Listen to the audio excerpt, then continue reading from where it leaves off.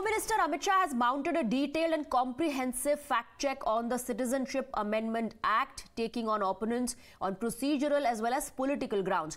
Days after the CAA's rollout, Shah spoke to ANI, contending that the origin for CAA can be traced back to Congress era, to their promises, particularly at the time of violence during partition, when Congress leaders made appeals to minorities in Pakistan to remain where they are for their safety, and that the government of India will take care of them later. He also took on opposition netas including Mamata Banerjee, Arvind Kejriwal, and party leaders like Rahul Gandhi, Owaisi and Uddhav Thackeray, alleging appeasement, fear-mongering and vote bank politics. Let's listen in. जब धर्म के आधार पर आप विभाजन करते हो और वहां जो अल्पसंख्यक है उन लोगों पर ढेर सारे अत्याचार हो, धर्म परिवर्तन कराया जाए, इनकी महिलाओं को अपमानित किया जाए, वो माँ बहन बेटी के लिए वो शरण में आए भारत की, तो क्या उसको यहाँ नागरिकता का अधिकार नहीं है? और स्वयं कांग्रेस के नेताओं ने आजादी के वक्त सैकड़ों भाषणों में कहा है कि अभी मारकाट चल रही है, अभी जहां है वहां रह जाइए, बाद में जब कभी भी भारत में आएंगे आपका स्वागत है। परंतु बाद में इलेक्टोरल पॉलिटिक्स चालू हुई, वोट बैंक की राजनीति चालू हुई, अपीसमेंट के कारण वो वादा कांग्रेस पार्टी ने कभी पूरा नहीं किया। देखिए, विपक्ष को और कोई काम नहीं, उन्होंने तो सर्जिकल स्ट्राइक और एयर स्ट्राइक को भी बताया कि आपका पॉलिटिकल फायदा है, तो क्या हम टेररिज्म पर कदम न उठाए? इन्होंने 370 को भी बताया कि ये आपके पॉलिटिकल फायदे के लिए कर रहे हैं। हम 1950 से कह रहे हैं कि हम 370 को हटाएंगे। उनका हिस्ट्री है, जो बोलते हैं वो करते नहीं है। मोदी जी का हिस्ट्री है, जो भारतीय जनता पार्टी ने कहा है, नरेंद्र मोदी ने कहा है, वो पत्थर की लकीर है। मोदी की हर गारंटी पूरी होनी है। पहले टाइमिंग की बात करता हूं जी। सारे विपक्षी दल, ओवैसी हो, राहुल गांधी जी हो, या अरविंद केजरीवाल हो, या ममता जी हो, ये झूठ की राजनीति कर रहे हैं। इसलिए टाइमिंग का महत्व नहीं है। भारतीय जनता पार्टी ने 2019 में अपने घोषणा पत्र में कहा है कि हम सीएए लेकर आएंगे और पाकिस्तान, अफगानिस्तान और बांग्लादेश के जो शरणार्थी है उनको नागरिकता देंगे। तो भारतीय जनता पार्टी का एजेंडा बहुत स्पष्ट है और वो एजेंडे के आधार पर हमें बहुमत मिला है। 2019 में ही ये बिल संसद के दोनों सदनों ने पार कर दिया। उसके बाद कोविड के कारण थोड़ा लेट हुआ। अब टाइमिंग का क्या महत्व है? तुष्टीकरण की राजनीति कर कर, अपीसमेंट की पॉलिटिक्स कर कर वोट बैंक को कंसोलिडेट करना चाहता है। मैं उनको विनती करना चाहता हूं कि आप एक्सपोज हो चुके हो, ये मत करिए। पूरे देश की जनता जानती है कि सीएए इस देश का कानून है और ये 4 साल में मैं कम से कम 41 बार बोला हूं कि ये होगा, चुनाव के पहले होगा। अब क्या मतलब है टाइमिंग का सवाल करने का? भारतीय जनता पार्टी को के लिए ये पॉलिटिकल गेन का मुद्दा नहीं है। भारतीय जनता पार्टी के लिए, हमारे नेता नरेंद्र मोदी जी के लिए अफगानिस्तान, पाकिस्तान और बांग्लादेश से आए हुए करोड़ों शरणार्थियों को उनका अधिकार देने का मुद्दा है, उनकी वेदना से मुक्ति दिलाने का मुद्दा है और उनकी 3 पीढ़ी को न्याय देने का मुद्दा है, जो कांग्रेस पार्टी ने कभी नहीं दिया। दिल्ली के मुख्यमंत्री अपने भ्रष्टाचार के उजागर होने से अपना आपा खो बैठे हैं। उनको मालूम नहीं है कि सारे लोग आ चुके हैं, आज भारत में ही रह रहे हैं। सिर्फ इनको अधिकार नहीं मिला है, वो अधिकार देने की बात है। 2014 तक जो आ गए, इनको नागरिकता देनी है। और इतनी ही चिंता है तो वो क्यों बांग्लादेशी घुसपैठियों की बात नहीं करते हैं? रोहिंग्यास का विरोध क्यों नहीं करते हैं? क्योंकि वो वोट बैंक की पॉलिटिक्स कर रहे हैं।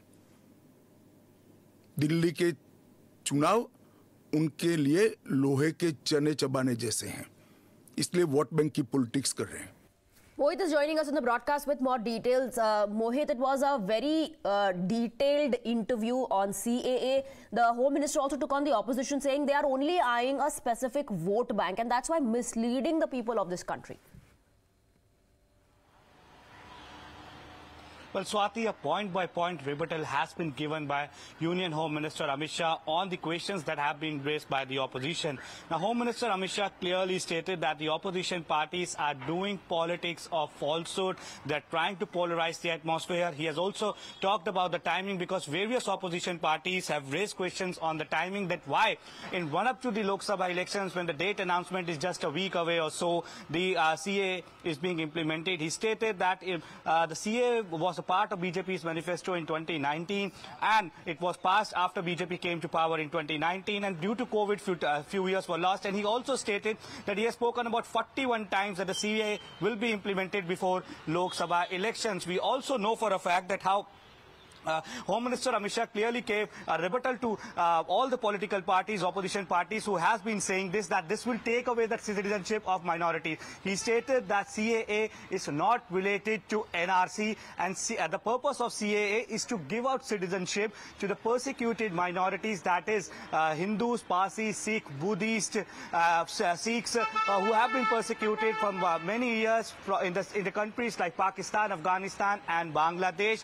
And this is to give them rights, this is to give them citizenship, so that they can become the member of this country, citizen of this country. And he also hit out at the opposition parties that they are just trying to polarize, they're just trying to spread falsehood for the sake of vote bank politics. He also stated that Arvind Kejriwal knows that he is not going to win in Delhi, and that is why he's making such a statement. Right. Because he also went on to say that people who will get the citizenship, they're already in India. They have been living in India, because the cutoff date is 31st December 2014. They are not they are not bringing anybody else from the outside countries. People who have been living in India for a long time, they will be given the citizenship. So a point-by-point rebuttal has been given by Home Minister Amit Shah. We have to wait and watch what will opposition parties have to say on that, because Mamata Banerjee has linked CAA to NRC. She also stated that people will be kept in detention camp. Amit Shah clearly stated that there is no provision of detention camp in CAA, right, and CAA is not related to NRC. It has been the part of BJP's manifesto,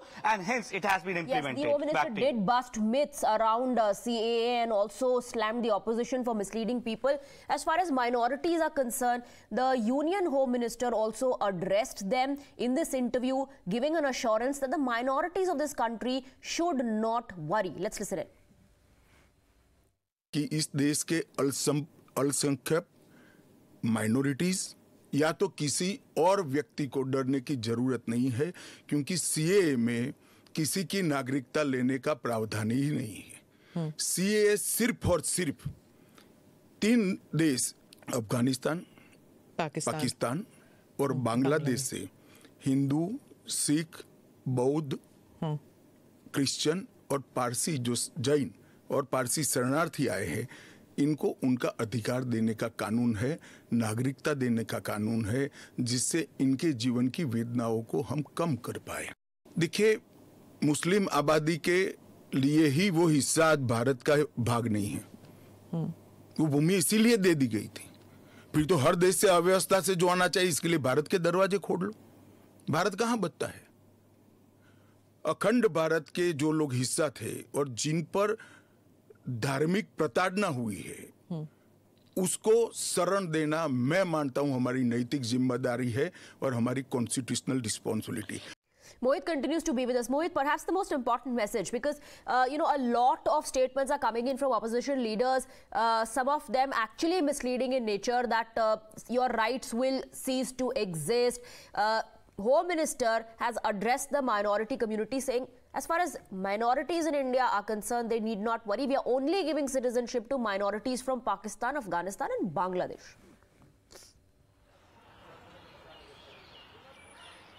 Well, yes, Swati, and that has been the allegation from the opposition parties, that minorities are being excluded from CAA. Why are you not bringing Muslims into the purview of CAA? And we have seen that the likes of Mamata Banerjee, Asaduddin Owaisi, they have linked CAA to the NRC. Now, Home Minister Amit Shah clearly stated that Muslims are not being brought in the purview of CAA because Bangladesh, Pakistan and Afghanistan are Muslim majority countries, and there is no question of Muslim being oppressed over